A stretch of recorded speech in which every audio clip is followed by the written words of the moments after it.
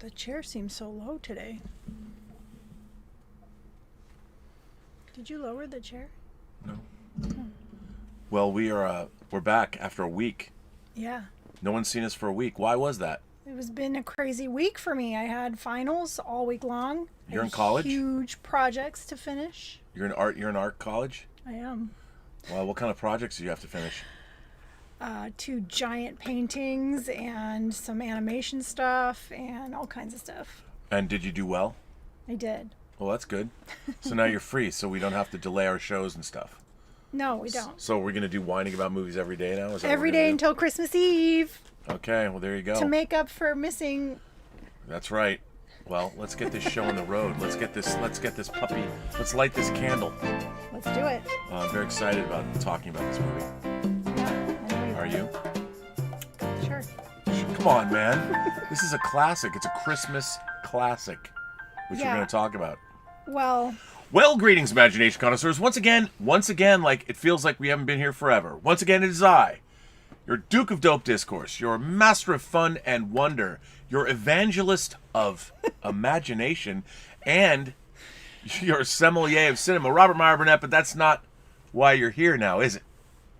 Why are they here? I don't know why they're here. Well, they're here to see you. They're here to see you. You. Did you forget who you are? I am Elysabeth Gwendolyn Belle, the ace, the arbiter of cinematic excellence, and the enchantress of entertainment. The enchantress of entertainment. Mm-hmm. And we are here to talk about Die Hard. Die Hard. John McTiernan's 1988 came out of nowhere explosive action classic that brings in the holidays like no other movie can. Right? I mean, I used to like this movie. Okay. Them is fighting words, lady. And before we get into it, we need our wine. It's kind of your fault, so there you go. I can't pronounce this. Montepulciano de Abruzzo. Sure. Montepulciano de Abruzzo. It's Sounds Italian, so... Fonte Barco. Here's what we're... you need to change Let's switch the camera angle. I forget. It's been a long day. Here we go. Fonte Barco, 2019. That's what we're drinking. These are not West Germans from the terrorist organization, the Volksfrei movement. Give me your glass. Jeez Louise. Yeah, well, geez Louise it is. This chair seems lower. Did you lower Okay, this? well, it might have been lowered. I don't know what to tell you. I feel weird. I feel like... Well, it's been a long time since you sat in that chair. It's kind of low. How low can you go? Kind of low. Look, I just got demonetized by YouTube for singing. Okay, so I want to talk about my history with this movie. Wait, let's try the wine first. Oh, have another glass. Let's try the wine. Okay. Ooh, it smells delightful. Mmm. Oh, it smells good.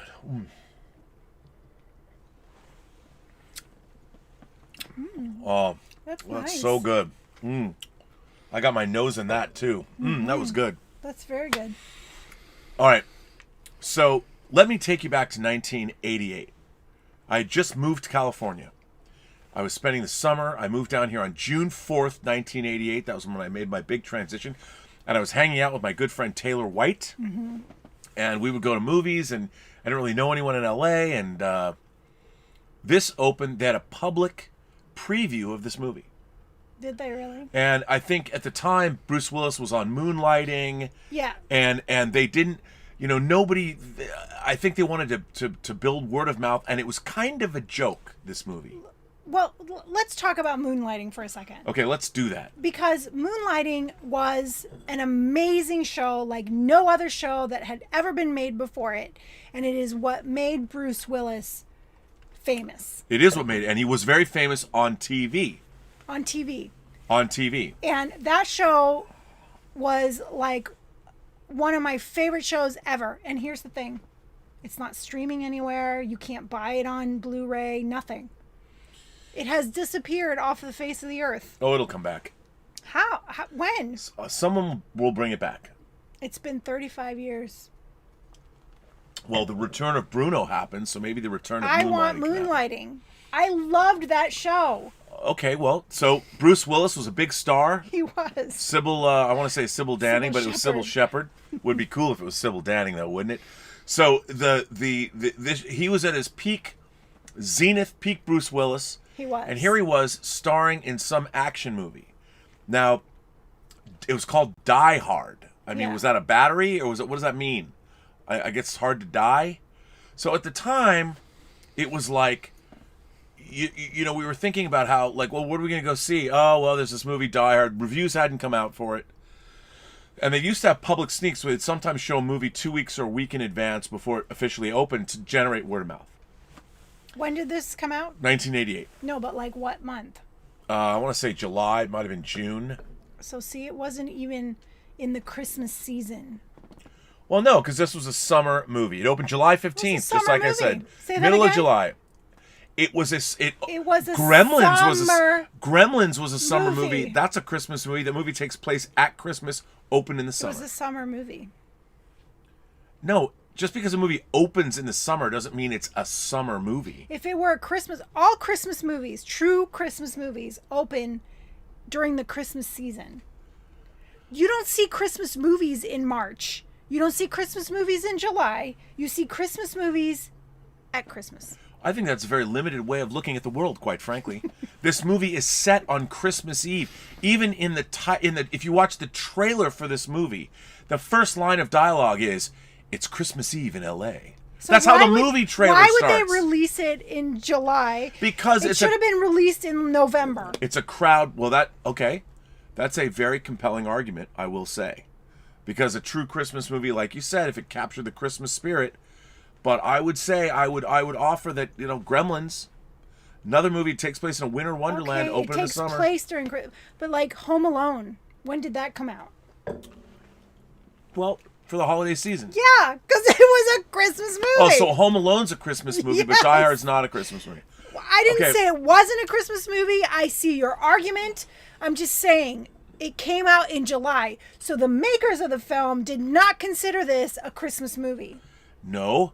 The 20th Century Fox marketing department and the executives decided, because of the kind of movie it is, it would appeal to audiences and people that were young outside of their home for the holidays. This is an R-rated movie, so they wanted audiences 17 and above to go.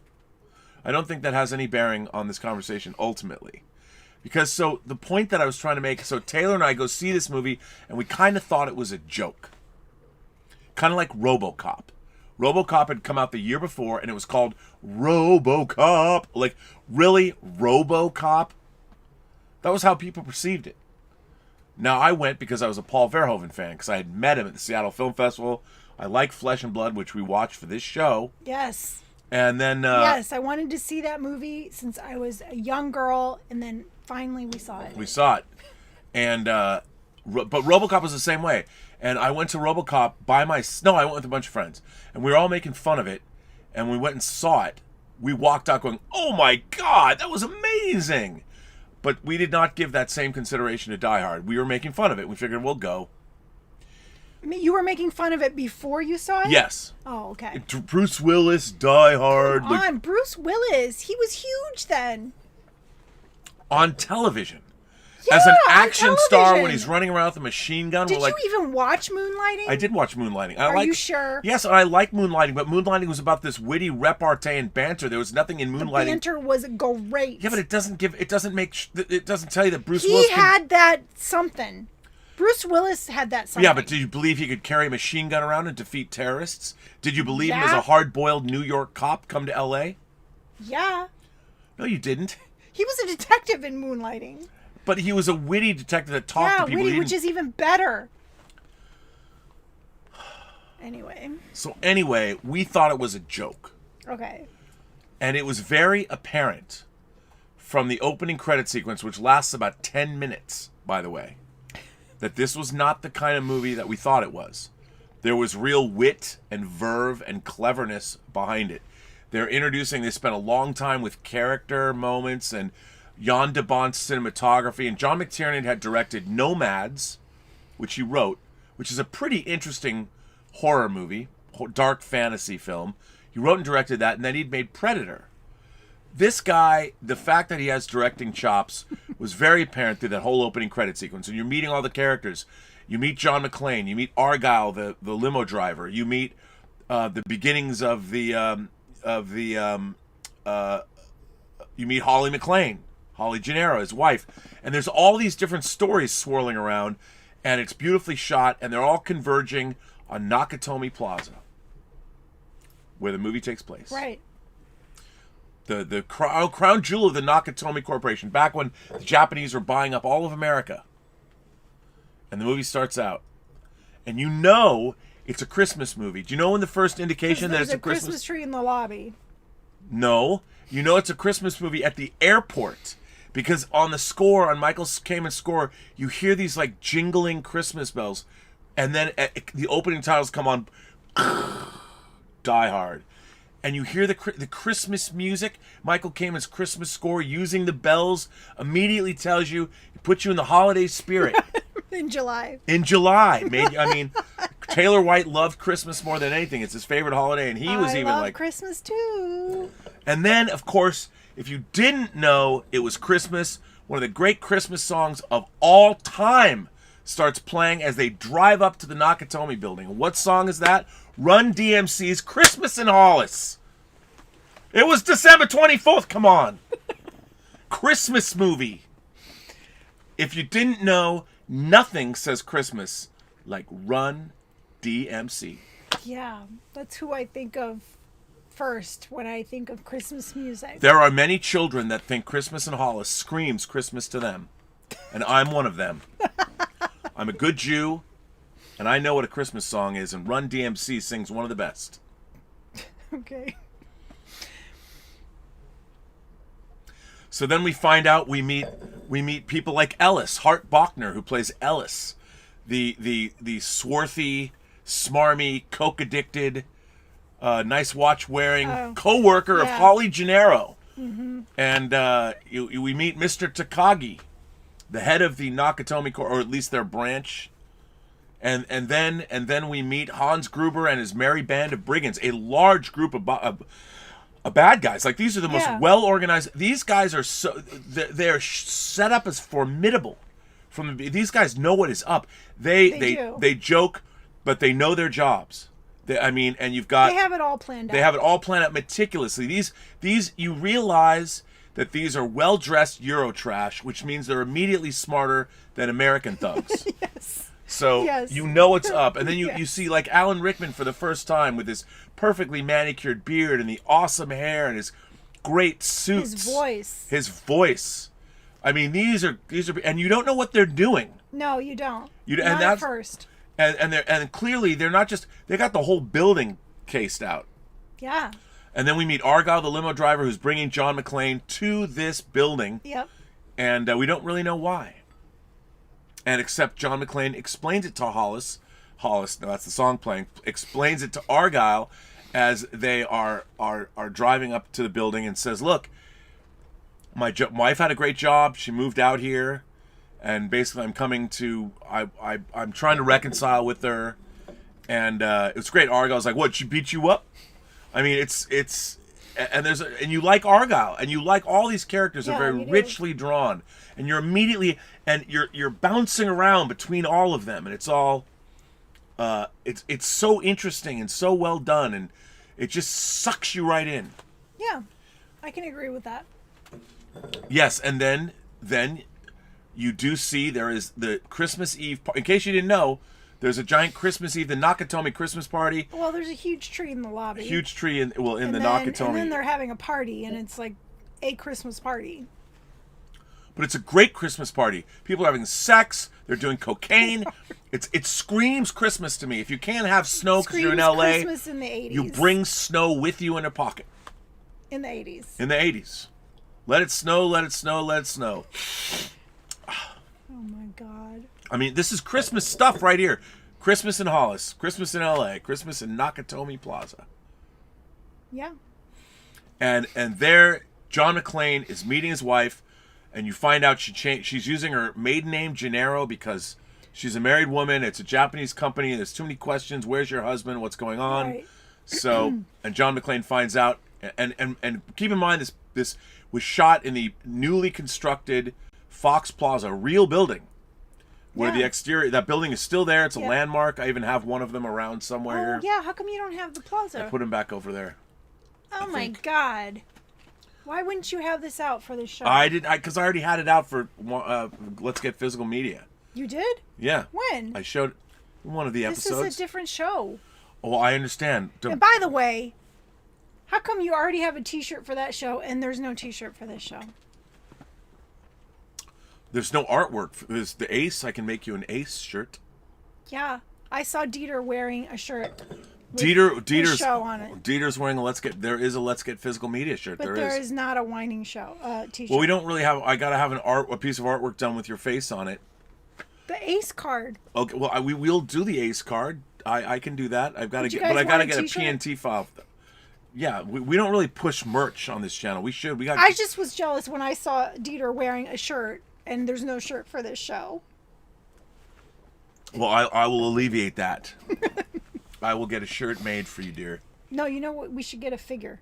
A figure. A figure made for this show. How excited are you that Justin is coming on this show? I can't Not this believe show. it. I can't believe it. Justin of Justin's Collection is going to be on Fully Articulated. Yeah. With his figures. With his figures. It's very exciting. Anyway, back to Die Hard. Already in progress. So, of course, and even John McClane making a classic mistake, he sees Holly and they get right into it again. They start bickering. You know, he starts giving her a hard time because she's using her maiden name. Right. And, that would be hurtful. Well, but it's his own goddamn fault. It's his own goddamn fault, and she does explain it. She has a good explanation. Yeah. It's a Japanese company. I mean, you were the one that didn't want me to come out here, like, because you're the blue-collar detective from New York. Yeah. And she's the high-powered executive at the Nakatomi Corporation, who just got a watch. It's a Rolex. She got a Rolex for her good work for the Nakatomi Corporation. Yeah, she's a badass. She's a badass. Which is why he's coming crawling back. And then they need her to go speak to the troops to give a speech. And then while John McClane's getting cleaned up, making fists with his toes, what happens? Hans Gruber and all of his troops march into the party. The party. Welcome to the party, pal. March into the party and take over. They do. I mean, they know crowd control. These guys are aces, obviously ex-military, dangerous people, and they're firing machine guns in the sky. They're terrifying the visitors, and at the sound of gunfire, John McClane, the great zoom into his face, he knows something is up. Yeah. Something bad is up, and he knows that it's time for him to go be the fly in the ointment. He doesn't have shoes on, and he gets the hell out of Dodge, and he has to figure out what is going on. He does. And there begins one of the great Christmas movies of all time. The conflict where a movie the whole movie is about a man who just wants to be with his wife and children again. It's kind of like Planes, Trains, and Automobiles. But instead of, having to get back home for Christmas, he has to, survive a terrorist occupation of a Japanese corporation. Like plane, trains, and automobiles. Well, the same idea. Man wants to get home for the holidays. Except he's already there. Not in Planes, Trains, and Automobiles. He has to make that cross-country journey. No, I'm talking about this movie. He's not home yet. And then the shit hits the fan. Yeah, but he's not home yet because he was just about to reconcile with his wife, and it didn't go well. He was going to say in Ramona, remember? And she has to correct him and say Pomona. That's where his friend Chappie retired to, in Pomona. In Ramona. That's what he says, Ramona. She corrects him. So, then to show that they mean business, you find out there's a giant safe. Yeah. And they need Mr. Takagi, who's wearing a John Phillips suit from London. Again, character development. This movie is all about character development. They tell you all these things. I mean, all of the banter in this movie, and one of my favorite pieces of banter ever in any movie happens.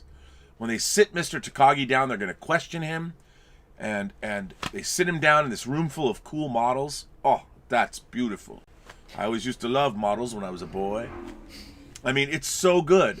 They sit him down, and Hans Gruber says, "Give me the code that opens the safe." Mr. Takagi says, "I don't have it. It's a time lock. I can't do it." And that's after Hans Gruber counts down. He says, "I'm going to count to 3. There will not be a 4." He counts down 3, and then Mr. Takagi's like, I don't have it. I don't know what to tell you. You're just going to have to shoot me. And McClane, John McClane's hiding in the room watching this. And Hans Gruber says, and this is where the threat level is increased. And he says, okay. And he puts the gun up and shoots Mr. Takagi in the head. The quarterback is toast, dead. Yep. Now, one of my favorite pieces of banter in any movie, when Hans Gruber is asking the questions, Theo, the bespectacled, sweater-wearing black guy, he says, under his breath, he says, "I told you." And then you see Alexander Godunov say, "It's not over." And then when Mr. Takagi fires, and you don't know what they're talking about. When Mr. Takagi fires, one of them hands the other a $100 bill. They've been betting on whether or not Mr. Takagi was going to die, or whether he was going to give up the code. That is messed up. But now it just adds. There's not this whole movie. Every single scene, it sometimes even borders on parody, it almost high comedy. But every moment of this movie is got character moments. Parody of what? Well, I mean, over the top being a comedy. Like these terrorists are betting on it could have been funny, but it's not. It's because they have this dark, sardonic sense of humor that runs through this entire movie. You know? I mean, and then not to be outdone. This whole situation where everything is happening, the first third of the movie, the situation's brilliant setup, and then we get to the secondary set of characters that haven't even been introduced yet. Right. And that becomes when John McClane, after now he starts a one-man war against the terrorists, but he's got to get people. No one knows it's happening. Right. So he has to get the cops to show up. So he basically fire alarm he gets the emergency vehicles to come, and then they turn around, and then Sergeant Al Powell, our knight in shining armor, a beat cop, he's driving in his patrol car, comes to check out Nakatomi after buying Twinkies. Even everything again, they're introducing him, and he knows all the ingredients, the scientific ingredients by name of Twinkies. They introduce Al Powell, and he walks in, he checks out the lobby, and Hans has got one of his men there at the lobby dressed, right. And then of course, as he's pulling away, John McClane, while he's battling for his survival, a body comes down. Yes. And falls on the police car, and Al Powell backs up, and then all hell breaks loose. He knows that some shit's going down. He calls in the reinforcements. Stuff is going down. You've got all the people, and Hans Gruber, of course, knows the playbook. He knew this was going to happen. He knew the authorities were going to get called. Yeah, he has this all figured out, like Plan B, Plan C, Plan D. Mm-hmm. But you know what he didn't figure on? The fly in the ointment. John McClane. Yes. He didn't know there would be a cop. John McClane. By the way, did everyone like when they said McClunky in the last episode of The Mandalorian? I did. But anyway, I think that I missed it. When did they say that? In the Boba Fett scene. Oh, really? Yeah. When at the very end. Spoiler alert. So this movie is a joy to watch. Not only is it brilliantly directed, not only is it gorgeously photographed by Jan de Bont, all the characters and the situations, and you've got a shoeless character. John McClane is shoeless, and you really feel that at any moment after Takagi gets shot that he could die. Yeah. But he's such a badass in this movie. Now I've now pontificated. I've taken this kind of the halfway point. What are your thoughts about this film so far? Like, what do you think about Die Hard? Okay, like I told you, I loved Moonlighting, so Bruce Willis was like huge on my list. And I loved this movie when I eventually saw it. I don't think I saw it right when it came out, although maybe I did. I don't remember. But I loved this movie. I loved these kind of action movies that came out in the 80s. I thought they were really cool. Lethal Weapon that came out a year before this movie is also set at Christmas. Yes, yes. It begins with a song, Jingle Bell, Jingle Bell, before a girl, Loved it. a drug-addled girl commits suicide by jumping off of a railing of a Yep. hotel. And I loved that movie. But I hadn't seen it in years until we started dating, and then you kept insisting this was a Christmas movie, which I guess I knew it was set in Christmas time, but I'd never considered it a Christmas movie per se. Die Hard is a Christmas movie because it embodies the spirit of Christmas. If families being reunited, a man with his children, a man with his wife, and that's the whole point of this movie is that's all he wants. Yeah, okay. He just wants his family back. That is the underlying... I get what you're saying. That makes sense, but it really... I don't know if I would call it a Christmas movie.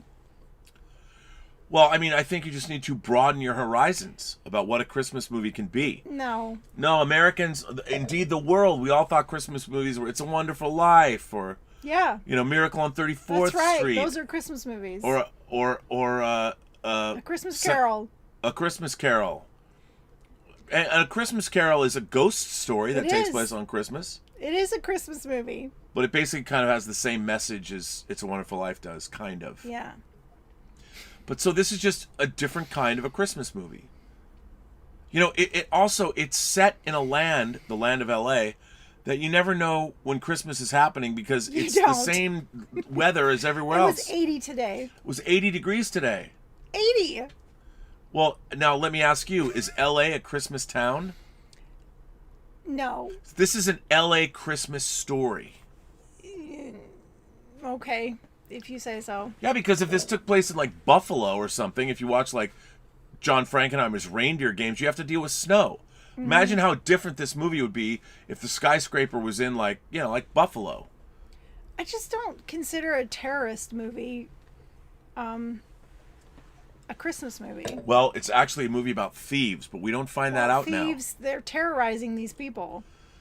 No, the people. Look, if the people weren't there, they wouldn't be terrorizing them. They just happen to be there. Okay, whatever. They're Thieves, not terrorists. It doesn't matter. And by the way, our terrorists are going to kill all of those people. Lest we forget, they're eventually going to blow them all up on the roof to cover their tracks. So these are really bad guys. Well, I think that the fact that their lives are spared by the Christmas, John McClane is the ghost of Christmas present. At least for Hans Gruber and his men. That's Christmassy too. Wow. Yeah, I used to like this film until you started pushing this every year on me as a Christmas film. And then it got to the point where, I think it was last year or the year before. Yeah. I offered everybody a choice. We have a tradition. Every Christmas Eve, I give everyone a new pair of pajamas. We put them on, we pop some popcorn, and we watch a Christmas movie. That year, all my nieces and my nephew were there. My brother was there, and my mother and my stepdad came over for Christmas Eve for the pajama party. So instead of just me picking the film, which is what normally happens, Rob insisted that we watch Die Hard, that it's a Christmas movie. No, that is not what happened. I brought out an array of holiday-themed entertainment and said everybody could pick, vote. What are we going to watch? Okay, so you got a bunch of teenagers there. What are they going to pick? They're going to pick Die Hard. But the problem was my mother and my stepdad were there. And I had envisioned watching something very Christmassy like It's a Wonderful Life. And so what did the kids pick? They picked Die Hard. Fuck yeah, they did. Yeah, and then I was mortified. And my mom and my stepdad ended up leaving because they were so offended. I was mortified. It was terrible. And ever since then, I kind of don't like this movie anymore.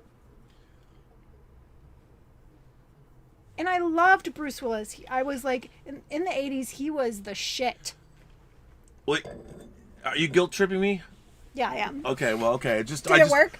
Yes, I feel I'm feeling a little shattered right now. Aww. I feel a little shattered. I'm sorry, babe. Well, I don't think we necessarily have to recount the rest of the plot. Everyone knows. The battle goes on. John McClane, the FBI guys come. Grand Bush is here, and Robert Davi. Grant Bush and Robert Davi play the FBI guys. I mean, William Atherton, straight off of Real Genius and Ghostbusters. William Atherton, like the best corporate stooge in cinema history, comes and plays a reporter that will stop at nothing to get the story. And what's funny is he's like working in local LA news, which was perfect. I mean, it's like the local LA news market, no other news markets. It's so this whole situation, you've got the FBI guys, the police are vying for control. Who's going to get this? Who's got jurisdiction? Do the police have jurisdiction? The FBI come? I mean, there's so many great things in this. Like, it's a really good movie, I have to say. It's a really good movie. Well, thank you for at least admitting that. Yes, I appreciate this movie, especially like when it came out. I don't know if I saw it right when it came out, but I did like this movie. Well, you can't not. This movie is so well made. I mean, yeah. And a lot of people talk about you know, Die Hard has now become one of those go-to movies. It's like Jaws is considered a... Richard, this is way better than Point Break. I'm sorry. Well, I mean, it's a better... Point Break is more like... Point Break is like... It's like McDonald's. This is Ruth Chris Steakhouse. Yeah. That's this what this is a much better... I mean, just the banter alone is really great. And that's what I love about Bruce Willis. I mean, you know... Well, no, he's good with the banter. The script is good. This movie is so enjoyable on so many different levels. Yeah. And everybody... What's really interesting is you've got Ellis and Holly Gennaro. You've got what's going on in the corporate and how Ellis thinks he can come in and negotiate with Hans Gruber, and there's so much character business. You got McClane and Al Powell. You've got McClane and Hans Gruber. You've got McClane and Alexander Goodenough. You've got Theo trying to get the thing open. You got Argyle in the limousine in the basement waiting to hear what happened with John McClane. You know, with this giant teddy bear, and my boss, he thinks I'm in Vegas. You know, and listening to a little Stevie Wonder. Yep. And I mean, this movie is awesome on so many levels from a movie-going perspective. Now, it might not have the classical feel that Jaws does. I mean, Jaws, but it's equally timeless in a different kind of a way. It is. It's timeless for films that came out, the action films that came out in the 80s like this. They had a different feel from anything that had been before. Well, there was no pretend. They knew what they were. Like, for instance, if you watch modern James Bond movies, they're so portentous. We have to make Bond haunted and troubled over the loss of his love. I mean, these movies, and by the way, this is the pinnacle of 80s. Yeah. It doesn't get better than this. Yeah. I mean, there's a reason why 32 years later this movie is the gold standard, because of the characterization and the way it's made. Yeah. They never, like, John McTiernan thinks he's making All the President's Men. Like, he's not going, well, I'm just making an action movie, so I don't have to... No, this film is beautifully made and constructed from moment one to the last, to when they ask this is your idea of Christmas, I gotta be here for New Year's. Right. And the script, and I mean, just everything about it. And you watch it now, and it really, it doesn't feel dated, aside from the way people talk to each other, the communications devices and all that. I mean... I'm sorry, I'm laughing at Richard. Sorry, the Richard. Why are you laughing at the Richard? Because he's happy to have me back chewing him out. Oh. Well, I mean, I do think that this there's a reason why this film is considered a classic of the genre. It doesn't age, and the reason you love this movie It's is true, because it doesn't age, except for the hair. Yeah, but the hair. I mean, look. Yeah, I mean, Hans Gruber has that 80s corporate hair, but most people, it's hair that, in a way, is kind of timeless. It's not like a mullet. No, the wife's hair. Oh, well, yes. Yeah. Holly McClane's hair is... That ages, I mean, that ages it, yeah. Yeah. No, it's... Yeah. But even Bonnie Bedelia is great. Even when she's great. All the acting is really good. And when she says, John... When she first sees John, you know she loves him. Yeah. She loves him, and they're apart. It's painful, and John's going to be... He's all stubborn about it, and she clearly loves him. You hear it in her voice. It's so... John, it's so good. She's surprised to see him. McClane Lucy McClane speaking. Even their daughter is hello, Lucy McClane. This is your mother speaking. I mean, this whole movie, the script is so good. Yeah. As long as it's not pushed on me at Christmas every year. Well, I'm just, okay. I understand. So are you willing to concede then that this is in fact a Christmas movie? I get what you're saying about him reuniting with his family and it's set during Christmas time, but it still doesn't feel like a real Christmas movie to me. Okay, but now I would ask you, does Christmas in Los Angeles, I've been here for 32 years. It's not even about that. It's about it's violent. Well, that's, I bet there was a lot of when there was, well, I don't know. Just because, Jesus and was born in a manger doesn't mean that there's all kinds of strife out in the world. Yeah, but that doesn't make it like a real true Christmas movie. But I just think that, like, look. And it came out in July. I can't. That is quite a. I can't defend against that.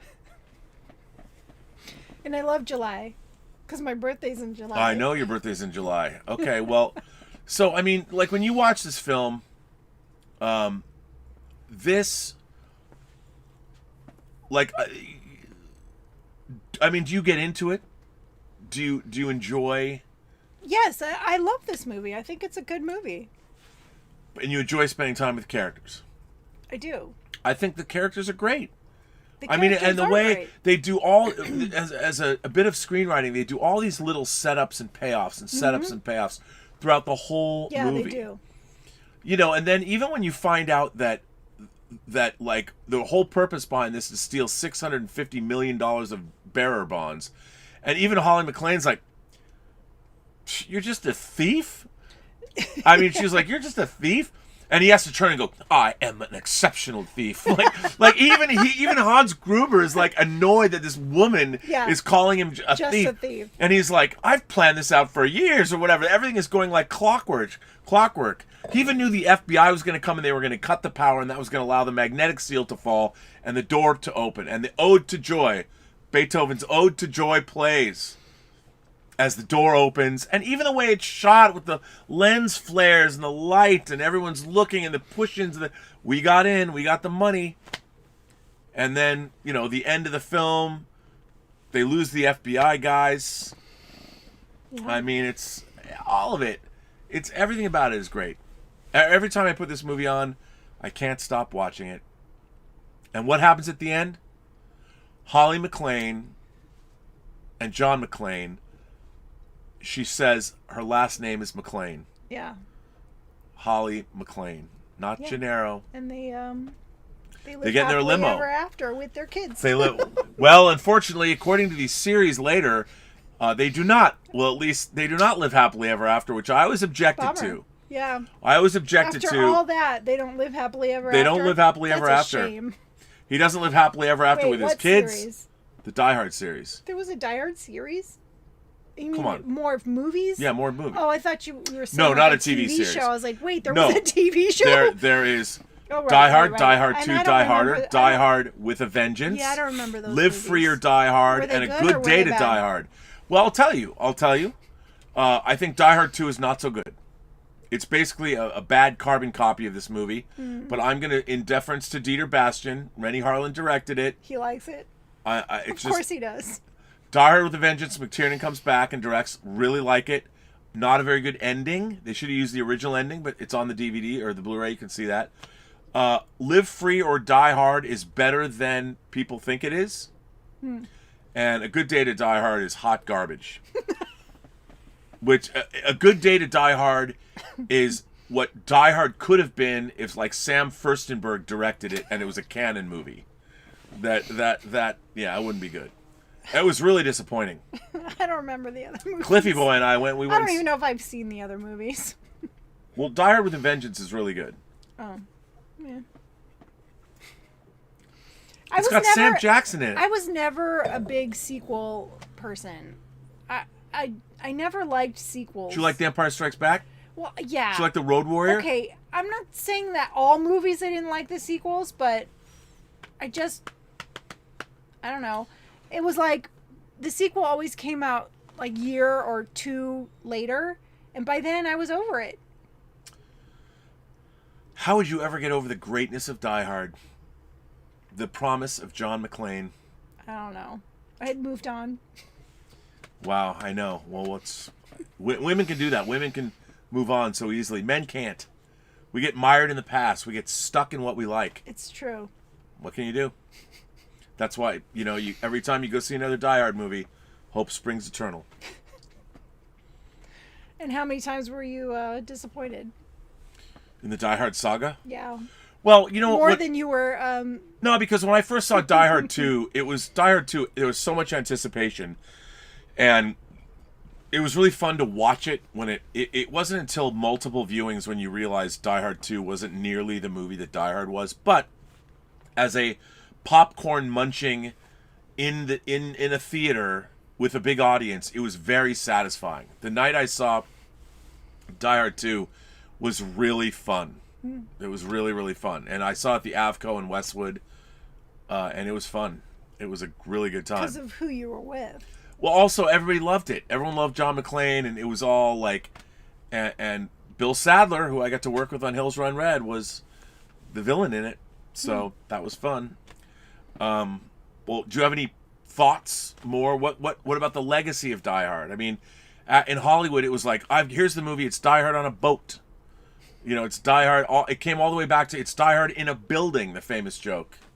Because it came all full circle. Die Hard on a train. And we got all those movies. We got Die Hard on a train, Die Hard on a plane, Die Hard on a boat. I mean, a lot of shit happens to this dude. It became, it just became a genre. When you're going to pitch an action movie, everybody wanted to find the next Die Hard. Right. Even Steven Seagal, Under Siege, where he plays a cook on a battleship. The battleship gets taken over by terrorists. That's pretty good. It's one of my favorite of the Die Hard ripoffs. Under Siege, pretty good. They're still making Die Hard ripoffs. 32 years later. This might be one of the most influential movies ever made. Well, wait a second.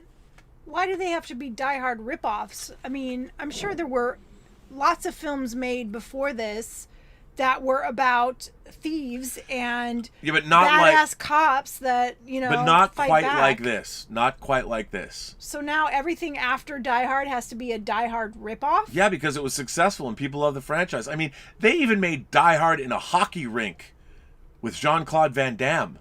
Sudden death.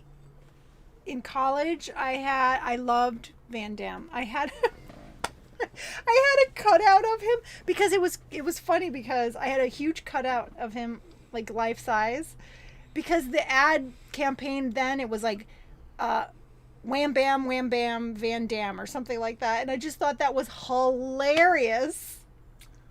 I had a life size cutout. Wham bam Van Damme. Yeah. I don't even want to know what that meant to you. I don't know, but I thought that was so funny. Did you want to get wham bammed by Van Damme? Maybe I did. I don't know. I was in college. In my dorm room, I had this cut out, and everybody thought it was like the weirdest thing. But your friends would come in and I get it. I understand. Wham bam, Van Damme. Mm-hmm. Well, someone will find that on eBay and send it to you.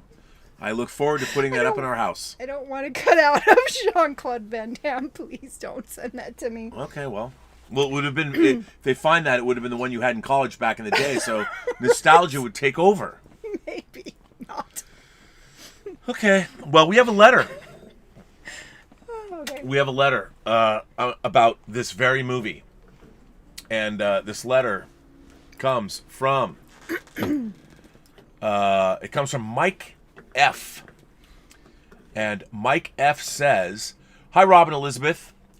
I want to say that I love your show a lot, and I enjoyed seeing you two doing commentary on the films that we love. I love Die Hard, and just like you, I also think Die Hard is a Christmas movie. I know that John Campea doesn't agree. I know that President Obama also doesn't think Die Hard is a Christmas movie, See? according to his interview recently on The Tonight Show. But with all due respect, Die Hard is a Christmas movie. I mean, not just the setting, but the family reunion aspect that is, I didn't tell him to write this, by the way, that is always in the spirit of Christmas movies. Remove the action and go to the heart of the film. That alone makes it a Christmas movie. Yes, Mike F., you and I park our shuttlecrafts in the same shuttle bay. I love the film a lot because it's just an action-packed movie that is so fun. I love it whenever Brooklyn Nine-Nine references it. I own a Funko Pop of John McClane and Hans Gruber. I just love Die Hard. Also, for recommendation, Bob Fosse's masterpiece, All That Jazz. It's one of my favorite movies of all time. I know that Rob loves the movie a lot. I only got to watch it after I watched Fosse Verdon, and I love the movie too. I hope you two will discuss it someday. We should do that. It's just a wonderful movie, and the editing is the chef's kiss. It's one of the best edited films I've ever seen, and probably the reason I wanted to become an editor. The Marvelous Mrs. Maisel creator Amy Sherman Palladino mentioned it in a roundtable interview once about how influential the editing of the film is, and it really is one of the best edited films of all time. Alan did a great job. Anyways, that's all for now. Thanks for reading my letter. I can't wait for the rest of your Christmas movies episodes. Cheers. Well, thank you for that, Mike F. Let's see what we got here. Omar94 writes in, and Omar94 says, "Hi, Rob and Elizabeth. Excellent choice with Die Hard. Since it is winter, I know there's a debate about whether Die Hard is a Christmas movie, but I personally think it is, even though it was released in the summer, and it has the feel of a summer blockbuster. Interestingly, Die Hard received mixed reviews when it first came out. However, it got reevaluated and is now a beloved film. Roger Ebert gave it thumbs down on Siskel and Ebert. Well, he did write Beyond the Valley of the Dolls. He did. He criticized the actions of Paul Gleason's character. While I agree with Ebert's criticism of Gleason's character, I still do like the movie a lot. The movie's success made Die Hard a franchise and countless knockoff movies. Of the Die Hard franchise, the only film I liked outside the original was the third film, Die Hard with a Vengeance. That film felt like the true sequel to Die Hard instead of Die Hard 2, since it had John McTiernan directing again and the bad guy's connection to the original film. Simon Gruber is Hans Gruber's brother. Die Hard 2 felt more like a rehash of the original, but at an airport instead of a building. I'm torn between the first and third film, for which I like better, but it really depends on my mood that day. Of all the knockoff movies, the best one, in my opinion, was 1994's Speed, with Keanu Reeves. I agree with that, actually. I would say Speed or Under Siege. Pitched as Die Hard on a bus, see? The film delivered. Like, can you imagine? You're not in a building, not at the airport, Die Hard on a bus, and someone's like, okay, let's get that made. But it worked. Do people still pitch Die Hard? Yes. Really? Yeah, there's a new movie that came out, The Doorman, with Ruby Rose. That's basically Ryu Kimura, who directed Versus and directed. It just came out. It's a total Die Hard ripoff, according to Dieter. Oh my god. Also, it was directed by Die Hard cinematographer Jan de Bont. Yes, he did. He directed Speed. Anyways, I'm going on and on. I want you to know that picking Die Hard was an excellent choice. Thank you, and live long and prosper. No, thank you. This one comes from Black Philip Alvarez. Greetings, Rob, Elizabeth, and my fellow Post-Geek Singularity community. Back again with another letter, this time on Die Hard. First off, thanks for concluding that this is indeed a Christmas movie. Who said we concluded that? It's been a decades-long debate. My opinion has always been that if it takes place around the holidays, then of course it's a Christmas movie. So is Lethal Weapon and the majority of many Shane Black written or directed films. Now, if anyone is familiar with my letters, it has become almost a trademark of mine to deem various movies in a certain genre as perfect. Many fans have indeed called Die Hard the perfect action movie. So perfect that plenty of action films in the 90s are referred to as Die Hard on a blank. There's Die Hard in a Submarine, The Hunt for Red October, coincidentally directed by John McTiernan, who made tonight's film. You can also say the same for Crimson Tide. Wait. Die Hard on a Submarine was considered...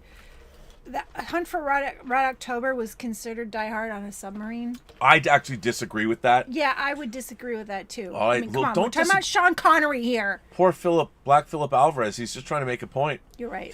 You can also say the same for Crimson Tide. I love your letters, by the way.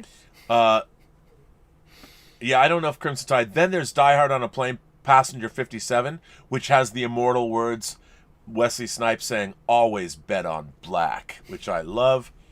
Die Hard on a Bus, Speed, Die Hard on a Ship and Train, both Under Siege films. Even an icon like Stallone has one Die Hard on a Mountain with Cliffhanger, directed by Rennie Harlan, who just so happened to direct Die Hard 2. There's a reason why Die Hard is such a beloved franchise, and it's because of one name, John McClane. Played by Bruce Willis, the movie made him a household name, who went from the TV show Moonlighting to the biggest action role ever in less than a year's time. What do we love about John McClane?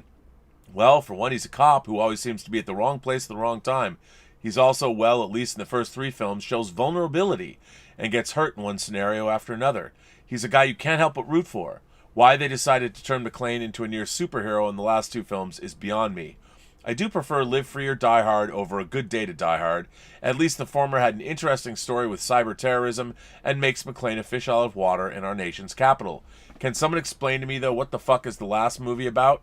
Who is the villain? The film is blasphemy on so many levels. Now, how can I forget the one thing that audiences love about John McClane? His witty one-liners, none more famous than "Yippee-ki-yay, motherfucker." You can't talk about the movie Die Hard without bringing up the main villain, Hans Gruber, played by the late, great Alan Rickman. It's hard to believe this was his first Hollywood film. Easily one of the best portrayals. It's one of the greatest debut performances. It was his first film? Yeah. Really? He was a theater actor. Easily one of the best villain Wow. portrayals, though Rickman made a name for himself playing other villains, like the Sheriff of Nottingham in the underrated Robin Hood Prince of Thieves, to, of course, the not-so-villainous, after all, Severus Snape in the Harry Potter films. Back to Hans Gruber for a minute. He's a villain that just doesn't give a damn, yet he remains cool, collected, and is always one step ahead, no matter the scenario at hand. On the other hand, as McClane also seems to be the only cop who knows what he's doing. Now, why were the LA cops so clueless, especially the deputy chief of police? At least Carl Winslow, I know his name was Al, knew more about what was going on in the building and trusted his instincts about John. Now, I have to confess, the first Die Hard isn't even my favorite one of the franchise. Of course, I still consider it a classic, but my favorite one is Die Hard with a Vengeance. I like that it actually took place in New York City, which is the department McClane actually works for. Of course, the always great Samuel L. Jackson as Zeus, with his great chemistry with John. I also think the plot is better with Simon Says riddles and the twists that the villain is the brother of Hans Gruber from the first movie. The action is pretty much non-stop throughout. I do hope the remaining Die Hard films get a 4K release as well, but I guess that's up to Disney. I wouldn't mind that. Although that Die Hard, for the very first time, the 4K of Die Hard is the only good transfer of the movie that we've ever had. Because it's hard because of Jan de Bont's photography. One last thing about Hans Gruber. I think his, spoiler alert, death scene is one of the best in any action film, period. The reason is because Alan Rickman's reaction while falling is genuine, as he was dropped sooner than expected. It added more realism, so of course it was kept in the film. In conclusion, there was no better dude film to cover during Christmas That's true. than Die Hard. And I look Yep. forward to seeing other Christmas movies on WINEning until the end of the year. So take care, everyone. Be safe out there and happy holidays. More letters to come in the near future. P.S. Why does William Atherton always play characters with no dick in movies? Bonus points to whomever gets this reference. It's true, this man has no dick. Do you know what that's from? It's from Ghostbusters. Really? It really is. It is from Ghostbusters. A good movie. Yeah, this is a dude Christmas movie. I was thinking that. Yeah. Right, Philip. Yep. So there you go. There is our letters for tonight's show. We got people sending in. Let's see what they're sending. What are people sending in? Let's check this out. What are they saying? Let's go back and see where we are at. Cinema Gulp sends in a super chat and says, "Hey guys, Elysabeth, you look amazing, like Thank always. you. Aw. Quick question for you both in honor of our latest show. What is your favorite who's your favorite movie bully ever? Do you have a favorite movie bully?" Oh my God, there's so many bullies. Favorite movie bully. Oh man. It's hard to be on the spot to come up with an answer. How about you? Well, you could say Scott Farkas from A Christmas Story. Yes, he's great. Scott Farkas. I have a favorite movie bully. Who? Buddy Revell in Phil Joanno's 3 O'Clock High, played by the great Richard Tyson. Man, do I love that. That is my favorite bully in any movie. I would say Back to the Future. Biff. Biff. I think Biff is a great bully. Why don't you make like a tree? Make like a tree. And I quote get out that of here all the time. Biff. Biff. Mr. Tickletrunk is here and says, Nightmare Before Christmas, October 19th, 2007. There you go. What's that? Well, I'm sorry. I was thinking about Biff. A Nightmare Before Christmas came out in October. Oh, yeah, but Nightmare Before Christmas is a crossover between Halloween and Christmas, so... That makes sense. Yeah. It's true. Julian M. sends in a tip and says, I didn't see Die Hard when it first came out. When I finally did, it was in a rundown theater in late winter with no heat and only 6 or 7 other people. Huddled in our coats with our breath visible. It was almost post-apocalyptic. I loved it. I hope you didn't pay full price for those tickets. Yeah, I mean, it's too bad because that movie, it's got such a great soundtrack. The sound system, you need a good sound system. Cold in July? No, he saw it later. He said later, okay. It was in theaters that long? Yeah, movies used to play for a long time. Sometimes Star Wars played for a year. Empire played for longer. BL Alley is here. BL Alley. Mm-hmm.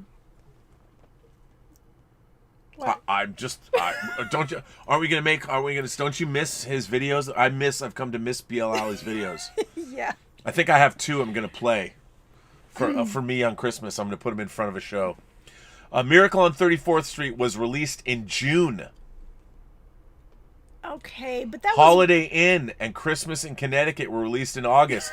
It's a Wonderful Life was released in January. Die Hard is a Christmas movie. Thanks a lot, BLL. Whose side are you on anyway? Let's drink to BL. That's some fine reasoning, my friend. Thank you for that very good use of logic and knowledge. I appreciate that. Timbula the Spider Monkey sends in a tip and says, in 4 years, Hart Bochner went from hunky heartthrob that Faye Dunaway tried to seduce in Supergirl to whose sleazy slimeball that Bonnie Bedelia wants nothing to do with, and we cheer when Alan Rickman blows his brains out. Poor guy. Aww. It's true. It's true. I mean, people talk about how in our current culture where toxic white men are the evil of the world. Poor Hart Bochner as Ellis. Ellis was, I mean, he exemplified. He's hitting on married women. He's doing cocaine. He's impressed with his Rolexes. And look how he wound up. Poor guy. Sad. That's a very funny observation, Tim. The Richard sends in a chat again. The story, the characters, imagery are all Xmas, all Christmas. Many holiday films come out in summer. See, the Richard, there you go. Yeah, I don't know. Mr. Tickletrunk says, Liz, we love you, but you may be a purist in denial. If you accept that Home Alone is a Christmas movie, you have to accept that Die Hard is one. Ooh, that's a good point. Home Alone and Home Alone 2 were both basically a family-friendly version of Die Hard. Can you see it now? That's true. When I brought it up, I was thinking that. I was like, Mr. Tickletrunk, not the best. Dropping the logic on the ace. He's dropping the logic on the ace. But I don't know. But see, Christmas movies should be family-oriented, and this is not a family movie. Well, if your family's all, like, dudes, what if it's like, the Brady Bunch of guys? You've got 6 sons, your dad, and you. Yeah, but a young son, you wouldn't want to expose him to this movie. Oh, you kidding? You're young. If you took an 8-year-old to see Die Hard, he'd be like, Dad, that was the greatest experience of my entire life. No, but you wouldn't show a 5-year-old this movie. Well, you wouldn't show. There's too many motherfuckers in it. Exactly. But you show an 8-year-old and you tell him, like, don't repeat these. I wouldn't show an 8-year-old this movie. Well, I probably would. Then you'd yell. Zachary King says, McTiernan started his career on an exceptional hot streak with hits like Predator, Die Hard, and The Hunt for Red October, which are among my favorite movies of all time. I agree. He's also made some real stinkers along the way. Here's hoping he makes a comeback. Yeah, but even I think the worst movie he ever made was probably Rollerball, our man Anthony Gonzalez says, Liz, did you like Lethal Weapon 2? I slightly prefer it. Oh, and my second favorite Die Hard movie is called The Last Boy Scout, which we watched on this show. Oh, we did? We did not watch The Last Boy Scout. What are you talking about? We didn't? No. Oh, we watched The Long Kiss Goodnight. It has so many movies. I thought we did watch The Last Boy Scout. But that's with Bruce Willis, right? Mm-hmm. Yeah, I've seen that movie. He plays Joe Hallenbeck. I loved the Lethal Weapon movies. Did you like Lethal Weapon 2? Lethal Weapon 2 is like the fun... I don't remember, but I remember that I loved it because... It begins with the Warner Brothers animation theme over the opening credits. Dun, dun, dun, dun, dun, dun, dun, dun, dun, dun, dun. And then it cuts into Martin Riggs like banging on the top of their police car. Lethal Weapon 2 is great. It introduced Joe Pesci. Yes. Hey, fuck you at the drive-thru. Yeah, a lot of you'll swearing. be miles away. Yeah, that was you get fucked. It was hilarious. I loved that movie. Whatever Leo wants, Leo gets. But it was very, a lot of swearing. A lot of swearing. Well, there you go. Austin Hernandez. Hello, Augie. Hey, guys. Love this movie. So, question. Who do you think would win in a versus movie, John McClane or Jack Slater from The Last Action Hero? That would be Arnold Schwarzenegger. I got to say, Arnold Schwarzenegger would win because Jack Slater's an imaginary character, and if he was able to come into the real world, he would probably kick John McClane's ass, but at the same time, he would stop because he's a good character. But in a fight, I'd have to give it... I don't think I've ever seen that movie. It's not good. John McTiernan directed. It's a mess. It's a hot mess. A lot of fun things in it, though. And I'm not a huge Arnold Schwarzenegger fan. Well, we should watch Commando and Total Recall. I've seen Total Recall. So there you go. I just got it on 4K. We've got to watch it.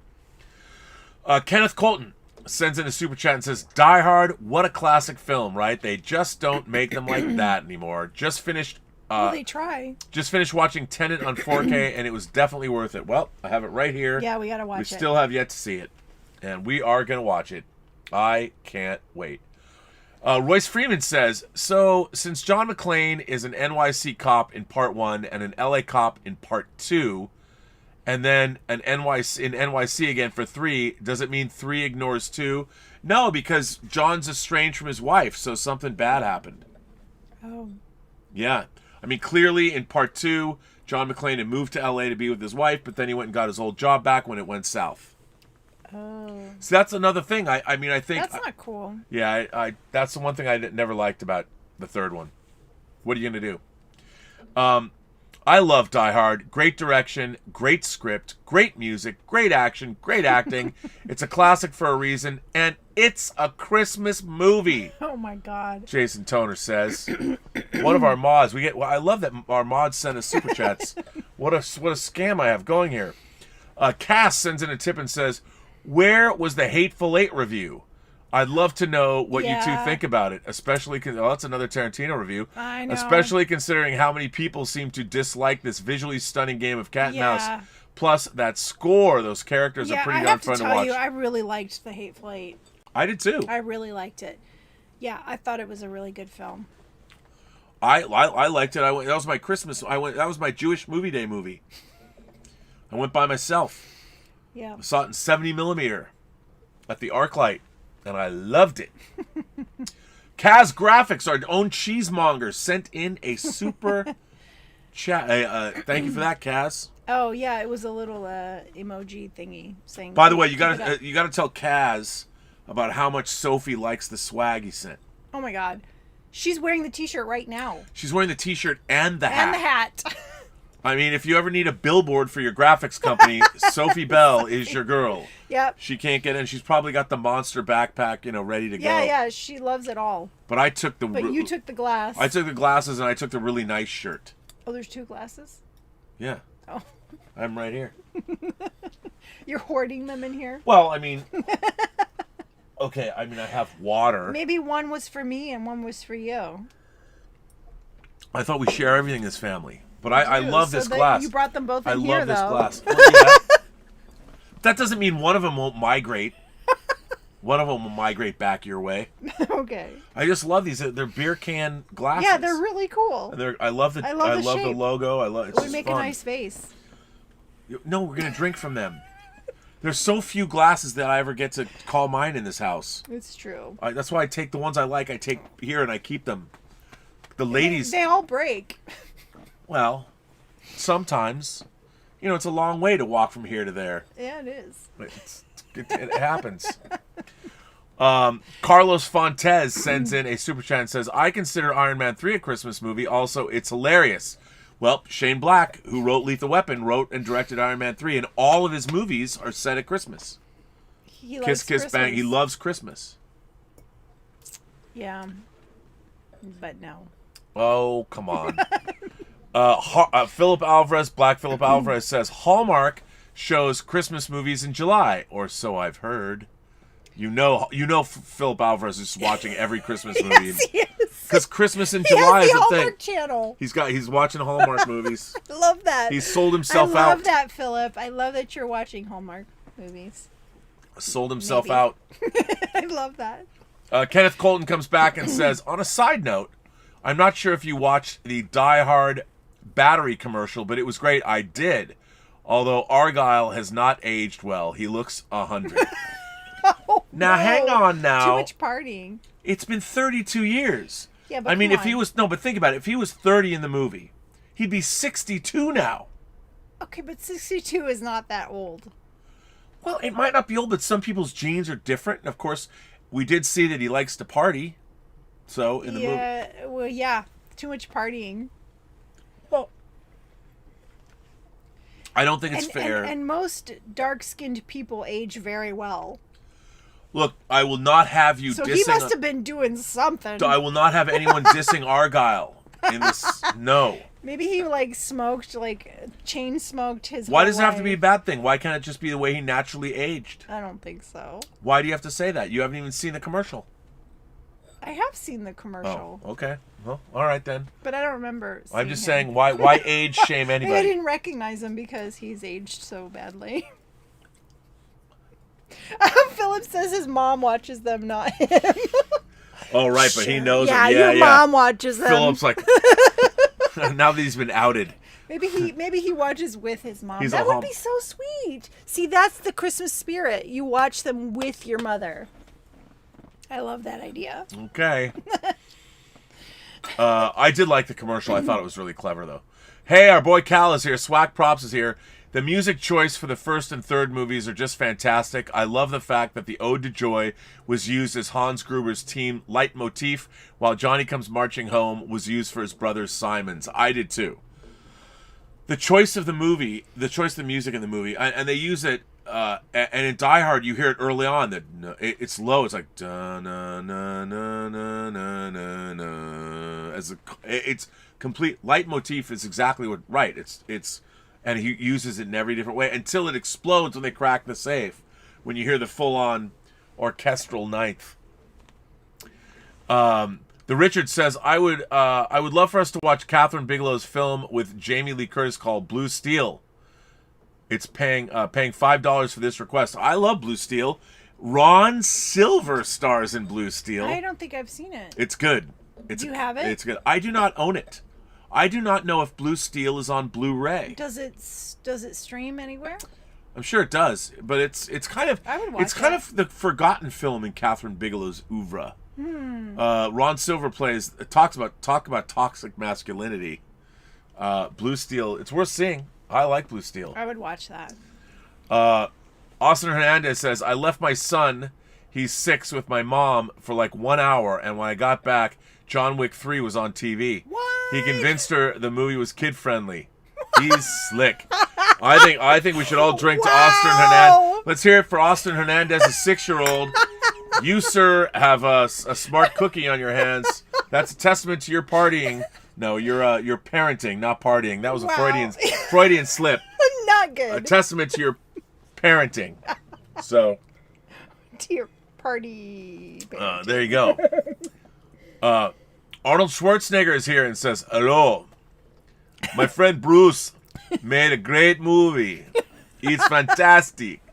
But my more classic 1996 masterpiece, Jingle All the Way, will move over Christmas movie than Bruce's Die Hard was more of a Christmas movie. If you don't agree, then I will... wait. I will ram my fist through your spine. I can't do an Arnold Schwarzenegger impression, Not very clearly. good, babe. Not very good. Terrible. Anthony Gonzalez comes back and says, Michael Corleone is Christmas shopping with Kay when he finds out his father's been shot. Boom! Godfather's a Christmas movie. What the hell? Come on, people. Are there any women in this chat? Come on, man. Probably not. I mean, there might be. I've been trying to appeal to the female It's like demographic. a sausage fest in here. Of course, you're all going to think that this is a Christmas movie. That's not... You know what? Now what you've done is alienated my female audience that love Die Hard. No. I bet Vesna loves this movie. No, I didn't say I don't love this movie. I just don't think it's a Christmas movie. All right. But you were asking if... I mean, I thought as a woman you'd like a sausage fest. This is like a Bukkake As long as it's episode wrapped of... in a bow, in a red bow. A red bow, right. Austin goes on and says, now my dad and him watch action movies just like me and my dad would watch them when I was young. Oh, that's sweet. See, that you can go back and you can watch canon movies from the early 80s like American Ninja because they're too silly now to watch. But back in the day, Michael Dudikoff and Steve James in American Ninja. Like the Karate Kid? Yeah, but with swords and ninjas. It's kind of like the Karate Kid. I love that story about Austin and his dad. Yeah, that's really cool. Well, you didn't go into the grocery store. I met his dad. I got the videos. One day I'm going to post that. Yeah, I was in the car with the dogs. Meet John Doe is one of my favorite Christmas films. Next to Die Hard, you should all do it for Whining. Meet John Doe is a great movie. That's a classic film. That's a cinema Which classic. movie? I'm Meet sorry. John Doe. What are you laughing at? What are you laughing I'm laughing at Jordan Britt. He's like, I'm gay, so that's sort of a woman. I'm sorry. That's funny. Although, you know, I So, do you think Die Hard is a Christmas movie? Personally, I don't think our LGBTQ, whether you're a brethren or a sister or non-binary, however you identify, should not come into play as to whether or not you like Die Hard or it's a Christmas movie. No, I just thought that was hilarious. That is very funny. Just curious. I like that. I think that's good. Well, listen, it is, we're over time by like 20 minutes. I feel objectified. I'm sorry, Anthony. You are objectified. There's nothing wrong with objectification. You just have to be the right person. The Richard says, yeah, sausage love festivals too. By the way, Blue Steel is on Tubi and other free channels. Tubi? Tubi. I want to watch something on Blu-ray and see it in our... Wait, Tubi. Haven't we watched that before? It's full of commercials. Yeah, Tubi is monstrously full of commercials. That's so annoying. Free Enterprise is on Tubi. Is it? Yeah, terrible. Oh, jeez. Mm-hmm. It's true. Kevin McAllister says, my favorite Christmas movie is Al Pacino's Scarface. So much snow in that film. Amen. Here's to Kevin's man, choice. Come on, man. Look. Rush, got the yayo. That's not a Christmas movie. I'm sorry. I think Crash is a Christmas movie. What the hell? Which Crash? Oh. Oh, well, the second Crash, I mean, that's a good movie. Won Best Picture. I like that movie. Do you know that as of today, I own three different versions of Crash? Which one? My Crash. Your Crash. Not your Crash. Not my Crash. Your Crash. Jeez, yay. We have 3 versions of it, yay. So, I guess, I mean, we come to the end of it. I have to tell you, I have now been talking on the internet today. All day. You've only had like a tiny break. I've only had a tiny break. Today's been a very fun... I've been feisty on the internet. I feel good. I feel good today. After a 3.5 hours observation stream. Yeah. I couldn't believe that. That was a pretty long... epic. That was long. I felt good. It was good. People kept firing in great questions. You know, good letters. You got a little political there. Yeah, but I wasn't getting political. The audience was getting political. And I've decided that I'm only going to be the evangelist of imagination from now on.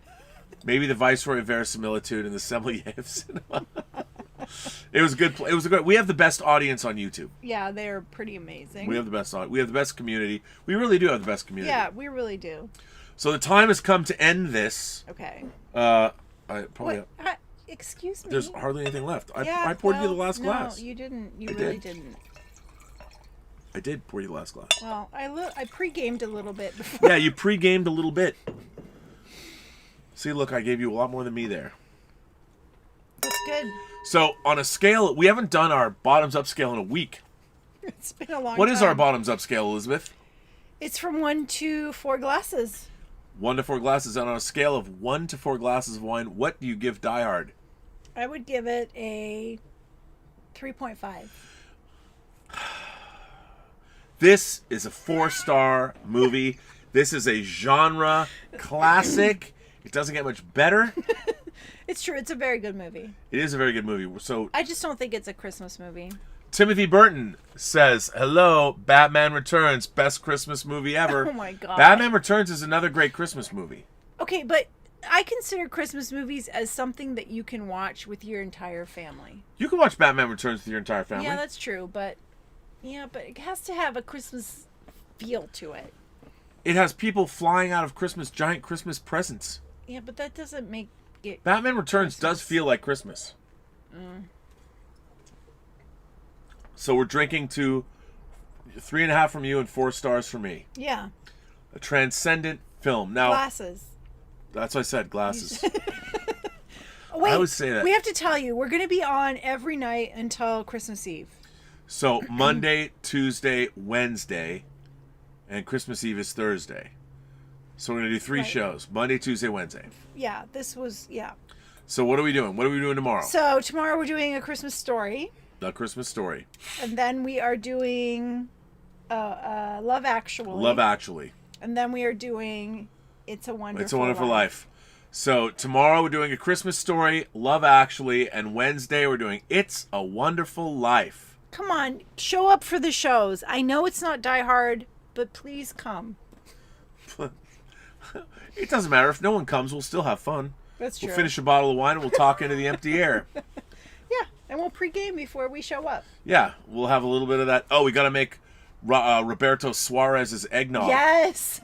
His Korean, his Puerto Rican, Puerto Geekian. Puerto Geekian. No, I want to make a little video and explain. Yeah. This is Roberto Suarez's. It's a good pre-gameage. It is a good pre-gameage. All right, ladies and gentlemen, boys and girls, gentle beings from across the 28 known galaxies, Elysabeth's issue or episode 104. What? We got to 100 and you kind of petered out because you were busy, but now we're gonna rack up those views. We are. I'm off for a month, so we're gonna have lots of shows. We're gonna have a lot of shows. So and there's a game show I want to do. And yeah, game show. I'll tell you what we're doing on a week from. We're doing on Saturday. Next Saturday after Christmas. We are gonna do. Let me put this down. We are gonna do, by popular demand, we are gonna do Tenet. We are gonna do Tenet a week from. Well, today's Sunday. 6 days. So we'll be here tomorrow, but then we're gonna do Tenet. 6 days. Yep. So we got Monday, Tuesday, Wednesday, and we're not gonna postpone or anything like that. It's gonna be real because we have nothing to do except party. I'm free. That's right. Augie Hernandez comes and says, "Oh, that was very nice of you, getting in a super chat under the wire. That's why I love you guys. You guys put in the work and time, and Rob's knowledge and recall ability of directors, actors, and characters is crazy impressive. Enjoy your night, guys. Good night to you and all." Aww. Well, here's to you, Austin. Good night, Austin. And your dad and that young son of yours who's being brought up right in an environment of death and destruction. All kids need that. He'll be well-rounded when he gets older. Oh, my God. Well, he's watching it with his grandpa. Grandma. Oh, was it? I thought it was He convinced Grandma. Oh, Grandma. I thought it was his father. Grandfather. Grandma. Either way. He's got grandparents that watch action movies with the kid. Come on. That's great. Yeah. Well, ladies and gentlemen, boys and girls, gentle beings, this brings us to the end of Elysabeth's episode 104. I want to thank our moderating staff. MC Blackcap is here. The Richard is here. Mr. Derringer is here. Thank you very much. I think it's fantastic. Justin Toner's here. Justin Toner's here. And yeah, I think I got all you guys.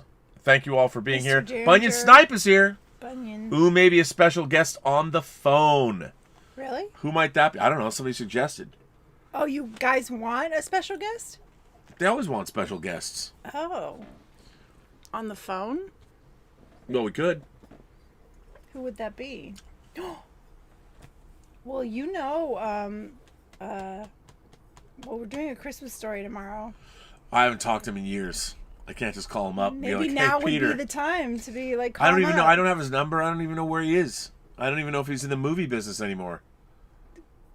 Well, that doesn't matter. I can't call him up after, like, I haven't talked to him in, like, 20 years. And be like, hey, well, maybe Peter. now's the time. It's Christmas time. It's time to, like, you know. I can't call him up and go, hey, could you come on our show? Why not? He might be excited I don't about want to it. exploit him. It's not about exploiting him. Like, maybe he wants to be on YouTube. He executive produced Iron Man. I don't think he wants to be on YouTube. Maybe he does. I doubt it, but I can find out. I can bring my autographed picture of him. You know, he's made me an autographed picture. I can show you the movie that we made together. We're both in a... That would be cool. If that VCR works, I could probably set it up and put it on the channel. Anyway, I think it's time to go. I want to thank everybody for supporting us. Don't lick poles. Don't lick poles. That movie was made in Cleveland. I know. My hometown. I know. We'll talk about it tomorrow, though. We're going to talk about it tomorrow. All right, then. And Remember, maybe we'll have a special guest. I don't know about that, but remember, come on. Why don't you take us out? Sorry, I'm laughing. Okay. Remember, I pre-gamed. Everyone you meet has a story to tell that you have yet to hear, and all you have to do is listen. That's right. And as always, Have a better night. have a butter knife. Have a butter knife. Have a butter knife. Thanks, everybody. That was fun. So tomorrow we're watching A Christmas story. A Christmas Story. Please be here. Be here for A Christmas Story. Come on, the leg lamp. Fragile.